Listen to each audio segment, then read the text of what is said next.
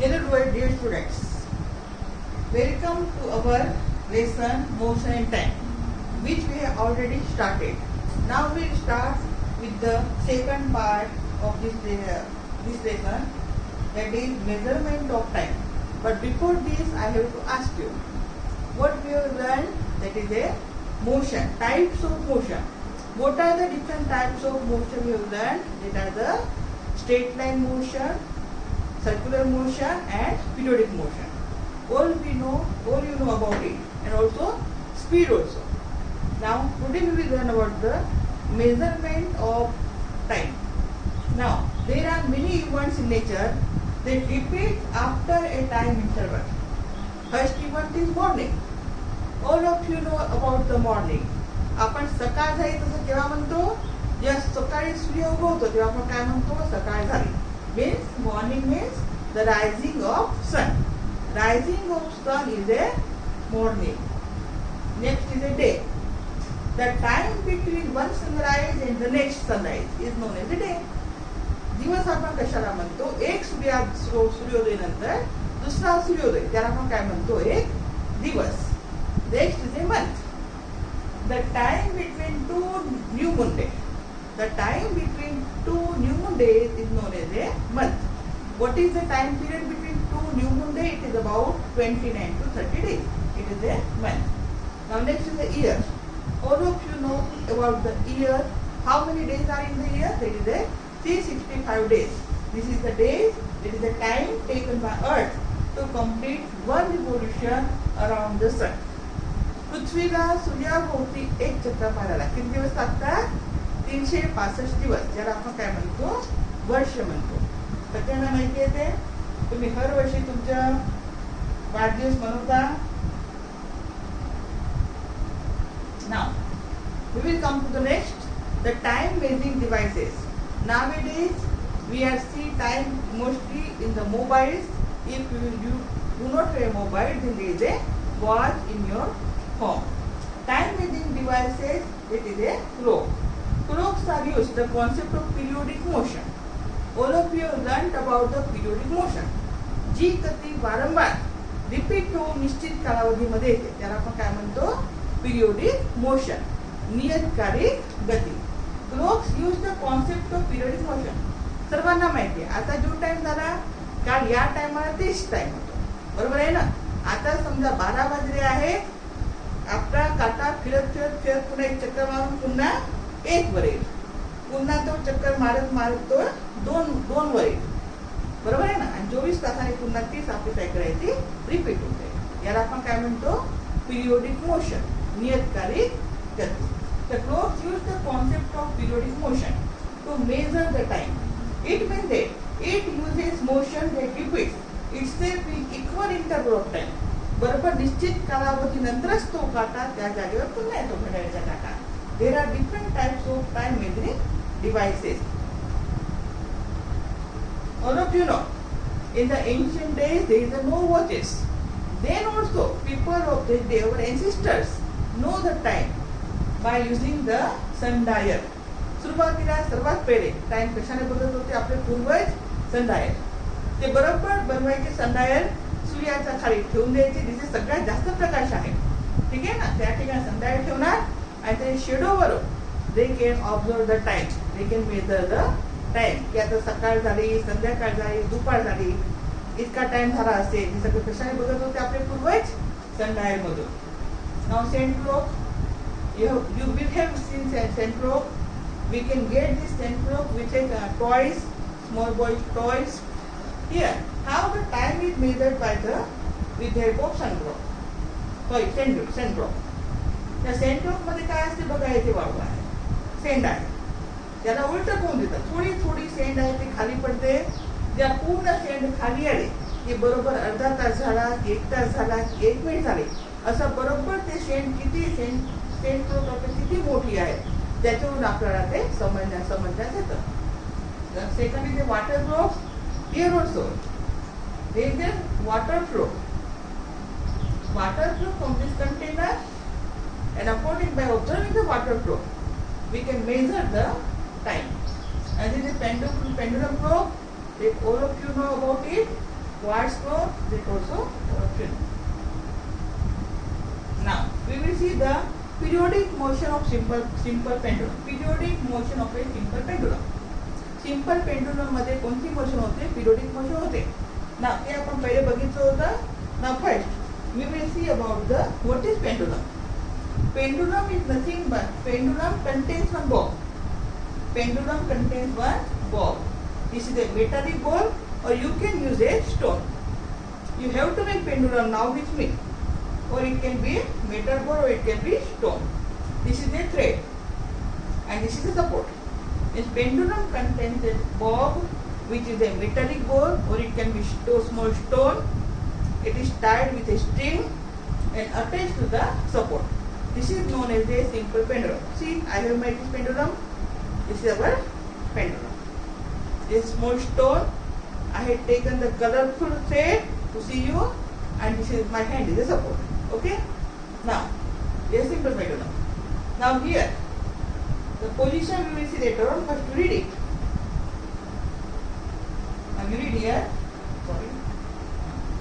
A simple pendulum contains a bob, which is a metallic ball or a stone, which is suspended from a rigid stand with the help of thread. Just I tell you, आताच मी तुम्हाला सांगितलं.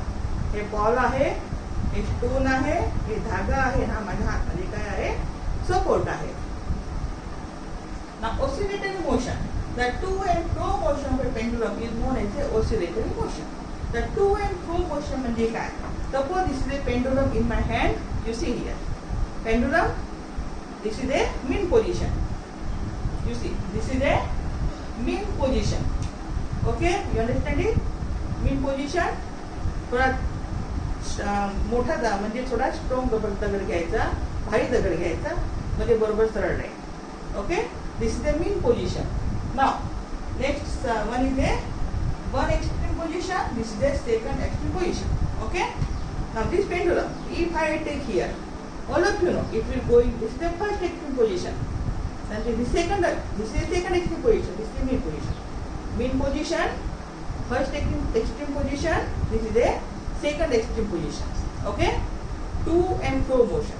A to motion, पुन्हा fro motion. ठीक है ना? To and fro motion of a pendulum is known as a oscillatory motion. You see here. What is oscillatory motion? The to and fro motion of pendulum is known as a oscillatory motion. सगळ्यांना समजलं? Motion कशी असते अशी बरोबर to and fro. You see, to and fro motion is known as a oscillatory motion. Now, how can you count the one oscillation of a pendulum?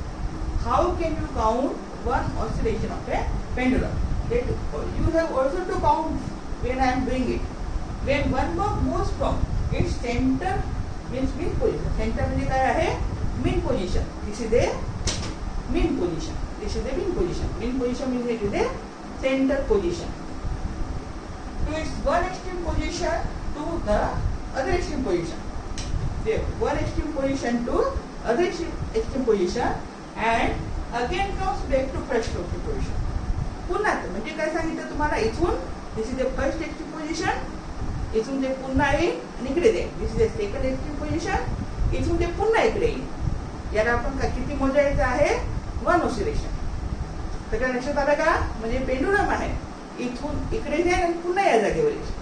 First extreme position to next extreme position and again back to first extreme position. It is a one oscillation. Okay. What is the time period? The time period of pendulum is the time taken by the pendulum to complete one oscillation is known as a time period. समजलं का ना point? एका ऑसिलेशनला पेंडुलमला किती वेळ लागतो त्याला आपण काय म्हणू? Time period. Now you have to count the oscillation. Count. I am starting the activity. You count by sitting there. You see. Okay? This is it. 1, 2, 3, 4, 5, 6, 7, 8, 9, 10, 11, 12, 13, 14, 15, 16, 17, 18, 19, 20. I forgot to tell you, you also have to note the time. At what time you started to count the oscillation. Can we repeat it again? When I start the oscillation, you see the time. And you have to see the time, how much time is taken by pendulum to complete 20 oscillation. Okay? म्हणजे आता मी पुन्हा हा प्रयोग चालू करेल, repeat चालू करेल. ठीक आहे ना? हा लेसन संपल्यावर तुम्ही सगळ्यांनी करून बघायचे आहे. आणि इथे 20 ऑक्सिलेशन तुम्ही जेव्हा चालू करेल तेव्हा टाइम नोट करून ठेवा की मॅडमनी किती वेळ असतं चालू केलं आणि तुम्ही माझ्यासोबत तिथे ऑक्सिलेशन मोजणार आणि ज्या 20 ऑक्सिलेशन आहे पटकन पुन्हा टाइम नोट करा. Okay? Now again I will start it. Okay. See. Note the time. 1, 2, 3, 4, 5, 6, 7, 8, 9, 10, 11, 12, 13, 14, 15, 16, 17, 18, 19, 20. Okay. Now again you note the time. How much time is taken by this pendulum to complete 20 oscillation. Okay? You have also to perform after completion of this lesson. Okay. Now I have taken one example. Suppose a simple pendulum takes 32 seconds to complete 20 oscillations. Now you will have note the time. तुम्ही लोकांनी time note केला असेल. आता समजा ते घेईन मी जाणून Buddha exercise सुद्धा घेऊन घेतोय. ठीक आहे? मी तुम्हाला त्रास नको.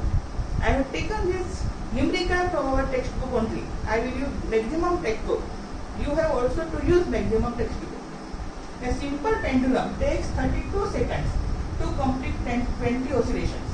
What is the time period of the pendulum? All of you know about the time period. Time period means the time taken by pendulum to complete one oscillation is known as a time period. Okay? आता 20 oscillation साठी किती time दिला पेंडुलमने? 32 seconds. Okay? Now how you calculate? Given number of oscillation is 20. Total time taken to complete 20 oscillation is 32 seconds. Now what is time period? Time period is equal to total time taken upon number of oscillation. Okay? Total time taken upon number of oscillation is equal to 32 upon 20 is equal to 16 second. म्हणजे एका ऑसिलेशनला किती time लागला? 16 1.6 पाहिजे. Okay? Sorry it is writing mistake.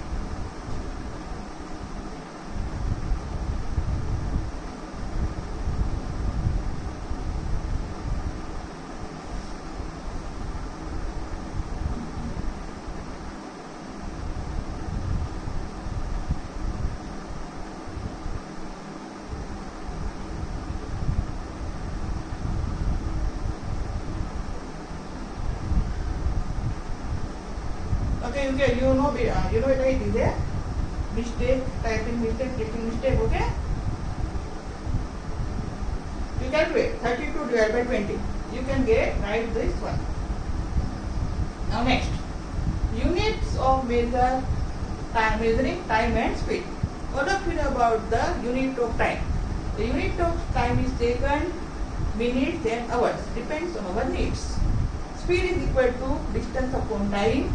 The unit of basic unit of time mean speed is meter per second, meter per minute or kilometer per hour. Now, how you can convert? Sometime in the numerical it is asked. One numerical will be given and they ask you to write answer in a kilometer per hour or in meter per second, etc. Whatever it be. How you can convert it? That I want to tell you. Okay? To convert between meter per second and kilometer per hour. सगळ्यांना point metre per second आणि kilometre per आवर कसे convert करतात तसे तुम्हाला थोडं बहुत सगळ्यांना माहिती आहे. Okay? 1 kilometer distance is equal to meter per second किंवा किलोमीटर पर आवर. तर किलोमीटर पर आवर म्हणजे कसं लिहितात? 1 किलोमीटर आहे न्यूमरेटर, डिनोमिनेटर मध्ये आहे hour. All of you know 1 kilometer is equal to 1000 meter.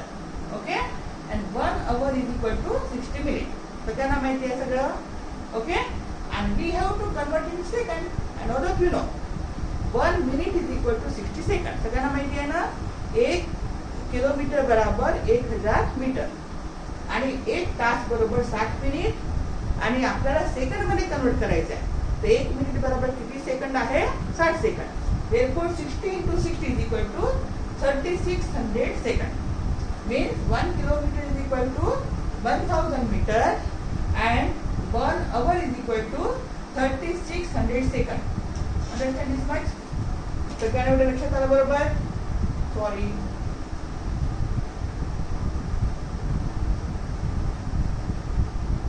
सर्वांना लक्षात आलं एवढं? 1 kilometer is equal to 1000 meter and 1 hour is equal to 3600 seconds is equal to हे दोन शून्य जातील बरोबर आहे ना? हे दोन शून्य जातील, हे दोन शून्य जातील and 10 upon 36 is equal to 1 upon 3.6. 1 upon 3.6. सगळ्यांना समजलं असेल? Okay. Now if you want to convert kilometer per hour into meter per second, लक्ष द्या बरोबर. जर तुम्हाला मॅथ्स मध्ये उत्तर किलोमीटर पर अवर मध्ये असेल आणि तुम्हाला म्हटलं की उत्तर मीटर पर सेकंड मध्ये काढा, तर तुम्ही काय करायचं? किलोमीटर पर अवरला डिवाइड करायचं कशाने? 3.60. Okay. If in the numerical your answer is come into kilometre per our and if you ask to convert it into meter per second, then what you will do? You will multiply, divide your answer by 3.6. समजलं का ना point? Kilometre मधून metre per second करण्यासाठी तुम्ही काय करायचं? Kilometre per अवरला 3.6 ने divide करायचं, तर तुमचं उत्तर कशामध्ये? मीटर पर सेकंड मध्ये. ओके. आणि मीटर पर सेकंडला जर तुम्हाला किलोमीटर पर अवर करायचं आहे, जर न्यूमेरिकलचा आन्सर तुमचं मीटर पर सेकंड मध्ये आलं आहे आणि तुम्हाला सांगितलं की उत्तर आहे ते तुम्ही किलोमीटर पर अवर मध्ये कन्वर्ट करा, तर काय करायचं तुम्हाला? मीटर पर सेकंडच्या उत्तरला मल्टिप्लाय बाय 3.6. सगळ्यांना क्लिअर झालं की नाही? Yes or no? I could not here.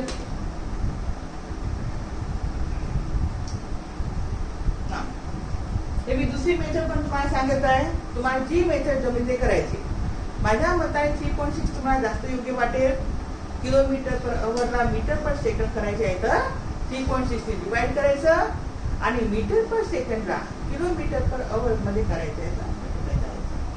Can you tell me what is 10 kilometre per hour in metre per second? Okay. हे सिंपल तुम्हाला सांगितलं आहे, तुम्हाला खूप गरज नाही आहे. Okay. 10 kilometre per hour in metre per second. 1 kilometre per hour is equal to 5 upon 18 metre per second. हे तुम्हाला कॅल्क्युलेट करायचं आहे. Okay. Multiply both side by 10. अजून तुम्ही कन्फ्युज करा, ही साइड सोडून द्या. ठीक आहे. हे दोन्ही साइड सोडून टाका. दोन सांगितलं तर तुम्ही लोक कन्फ्युज होऊन जाणार. तुम्ही फक्त एकच टर्म करा. किलोमीटर पर अवरला मीटर पर सेकंड मध्ये करायचं आहे तर काय करायचं? 3.6 ने डिवाइड करा. मीटर पर सेकंडला किलोमीटर पर अवर मध्ये कन्वर्ट करायचं आहे तर काय करायचं? 3.6 ने मल्टिप्लाय करा. खूप जास्त आपण घेतलं तर तुम्ही कन्फ्युज होणार. Okay. Now I will take one question. A distance between two stations is 240 kilometer. Okay. दोन स्टेशनच्या मधला डिस्टन्स किती आहे बेटा? 240 किलोमीटर आहे. A train takes 4 hours to cover the distance. Calculate the speed of train and express the speed in meter per second. मी तुम्हाला नेहमी सूचना देते, कधीही प्रश्न 2 वेळा वाचायचा. पहिले 2 वेळा वाचून त्याला समजून घ्यायचं आणि मग कॅल्क्युलेट करायचं. बघा इथे काय सांगितलं आहे. 2 स्टेशन मधील अंतर किती आहे? 240 किलोमीटर. ओके. आणि 240 किलोमीटर अंतर पार करण्यासाठी गाडीला किती वेळ लागत आहे? 4 तास. आता याचे उत्तर कशामध्ये ते पहिले ओळखायचं. सांगा पटकन. उत्तर कशामध्ये होईल? हे कशामध्ये आहे? किलोमीटर मध्ये आहे. आणि अवर्स कशामध्ये आहे? सॉरी, अवर्स याच्यामध्ये आहे. ठीक आहे ना. टाइम आहे ते अवर्स मध्ये. सॉरी. ओके. डिस्टन्स आहे ते किलोमीटर मध्ये आहे आणि टाइम आहे ते अवर्स मध्ये आहे.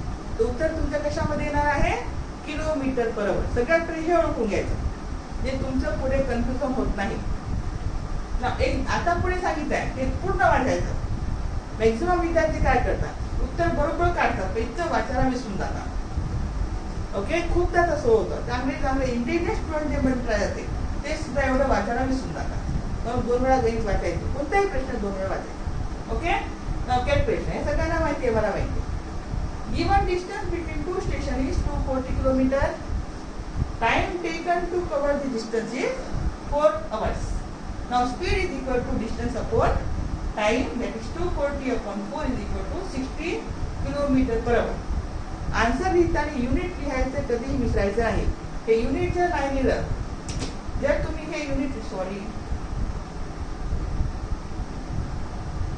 जर तुम्ही इतकं युनिट लिहायला विसरले तर तुमचा एक्झाम मध्ये अर्धा मार्क कट होतो.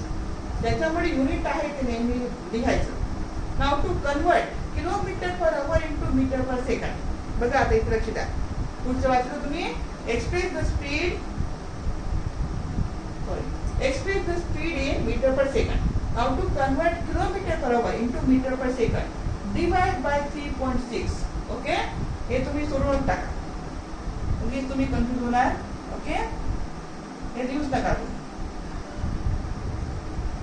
Now 60 divided by 3.6 is equal to 16.66 meter/s. You will get full mark if your answer is this one.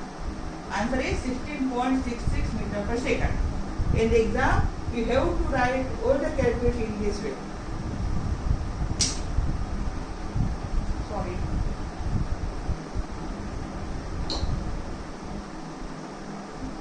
Okay. Now, in the vehicle, सगळे लोक व्हेइकलवर जातात. तुम्ही तुमच्या बाईकवर जाता, कारमध्ये जाता, कोणत्याही व्हेइकलवर बघा. There are dashboard is given in the front. Okay, on this dashboard there is a speedometer and odometer. ठीक है. Now first is speedometer. It is a device which is used in vehicles such as cars and trucks, which measures the speed in km/h. तुमच्या गाडीवर एक हे असतं, box असते, त्याच्यामध्येच तुम्ही किती स्पीड चालवता ते दाखवणारे यंत्र आहे, मशीन आहे, ते आहे स्पीडोमीटर. आणि दुसरं odometer. It is a device which measures the distance travelled by vehicle in meters और किलोमीटर. आणि मधात जे आपल्याला संख्या दाखवते, जे तुमची गाडीने नवीन घेतल्यापासून किती अंतर पार केलं ते कोण दाखवतो, ऑडोमीटर. सगळ्यांना पॉईंट. आपल्या गाडीवर 2 मीटर आहे, एक आहे ते स्पीड दाखवते km/h किंवा मीटर/सेकंडची, आणि दुसरी आहे त्याच्यामध्ये आपली गाडीने आतापर्यंत किती अंतर पार केलं ते दाखवते. आणि आपल्या गाडीने किती अंतर पार केलं ते कोण दाखवतं, ओडोमीटर. आणि स्पीड किती आहे ते स्पीडोमीटर. टाइम जास्त झाला बेटा. थँक्यू. सर्वांनी खूप चांगलं वाचायचं, अभ्यास करायचा आहे. पुस्तकातून पूर्ण पाठ वाचा आणि पूर्ण तुम्ही पॉईंट करायचं आपण रोज शिकवतो. Okay, thank you.